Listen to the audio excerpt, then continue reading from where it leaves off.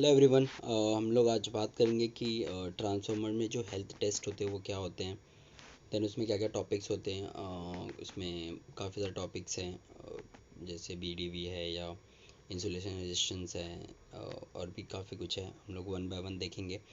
आज हम लोग देखेंगे कि रेजिस्टेंस टेस्टिंग क्यों करते हैं, उसकी ज़रूरत क्या है, या वैल्यूज़ क्या होती है, कहाँ से वैल्यू समझ में आती है, वो आज हम लोग इस वीडियो में जानने की कोशिश करेंगे। तो लेट्स स्टार्ट। सी हेल्थ जो टेस्टिंग होती है वो पहला होता है मेजरमेंट ऑफ वाइंडिंग रेजिस्टेंस।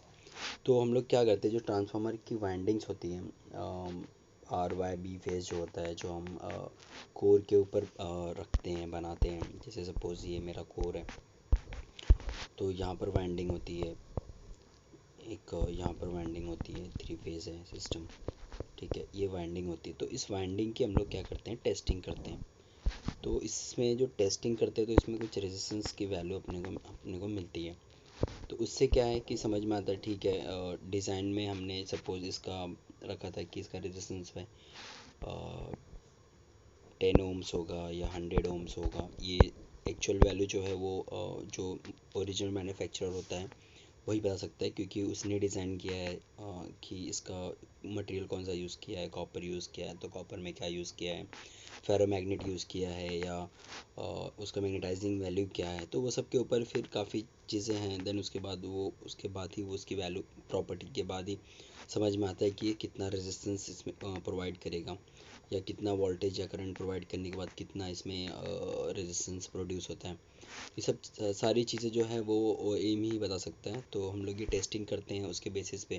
जैसे सपोज ओ एम ने हमको बोल दिया कि आर वाई बी इसका 100 ओम्स रहेगा, तो हम लोग चेक करेंगे कि एक सर्टन जो भी वैल्यू उसने दे देगा कि 415 वोल्ट प्रोवाइड करने पे इतना रेजिस्टेंस होगा, या अगर 11 kV दिए तो इतना रेजिस्टेंस प्रोड्यूस करेगा। वो तो उसके बेस पे हम लोग ये टेस्ट करते हैं। तो लेट्स सी देख लेते हैं हम लोग क्या होता है ये। So the test measures the resistance of H V and L V winding. तो सी यहाँ पर क्लियरली बोल रहा है कि इस टेस्ट के थ्रू हम लोग क्या चेक करते हैं, हम लोग H V and L V winding का रेजिस्टेंस चेक करते हैं। सेकंड क्या बोलता है, the value of resistance should be balanced for all three faces. ठीक है, सेकंड क्या बोल रहा है कि जो वैल्यू है, जो रेजिस्टेंस की वैल्यू आ रही है, जैसे 100 आ रही तो 100 ओम्स तीनों भी वाइंडिंग के आनी चाहिए। ठीक है, बैलेंस होनी चाहिए। आई मीन 99 भी रहेगा तो चलेगा, 101 भी रहेगा तो चलेगा, इतना माइनर डिफरेंस एक्सेप्टेबल है। बट बहुत ज़्यादा नहीं होना चाहिए। आई मीन इसका 100 आ रहा है, इसका 500 आ रहा है, या इसका एक का 200 आ रहा है, इतना ऐसा मेजर डिफरेंस नहीं होना चाहिए, वो एक्सेप्टेबल नहीं होता है। ठीक है, देन उसके बाद जो है क्या बोल रहा है वो कि and should match with the design value.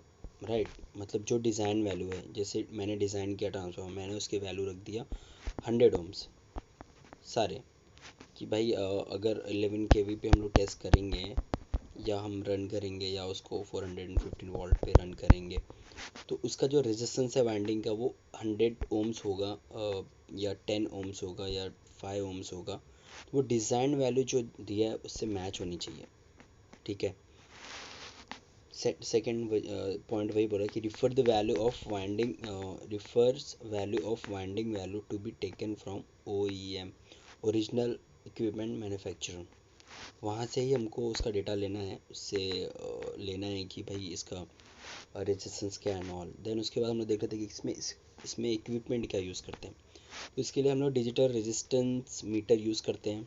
ठीक है, वाइंडिंग में जो वाइंडिंग रेजिस्टेंस फाइंड करने के लिए हम लोग क्या करते हैं, डिजिटल रेजिस्टेंस मीटर यूज़ करते हैं, जिसके थ्रू हम लोग वाइंडिंग का जो भी रेजिस्टेंस है वो चेक करते हैं। सो ये था रेजिस्टेंस टेस्ट। सारे टेस्ट जो हैं वो इम्पोर्टेंट होते हैं इसलिए क्योंकि उससे ट्रांसफार्मर की हेल्थ को इम्पैक्ट करता है।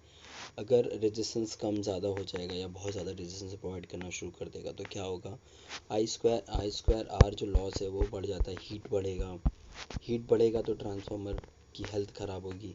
हीट की वजह से इंसुलेशन ख़राब हो जाएगा, वाइंडिंग इंसुलेशन ख़राब होगा तो वीक हो जाएगा। एक सर्टेन टाइम के बाद वो ब्लास्ट हो सकता है, क्योंकि ज़रा सा भी स्पार्क होगा, ऑयल है तो ऑयल की वजह से वो स्पार्क स्पार्क की वजह से ब्लास्ट हो सकता है।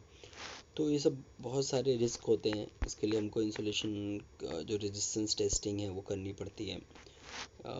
सेम फिर इंसुलेशन रेजिस्टेंस भी होता है, तो इंसुलेशन रेजिस्टेंस जो है वो हम लोग इसके बाद वाले वीडियो में चेक करेंगे, मैं बनाऊंगा उसको भी इसके बाद।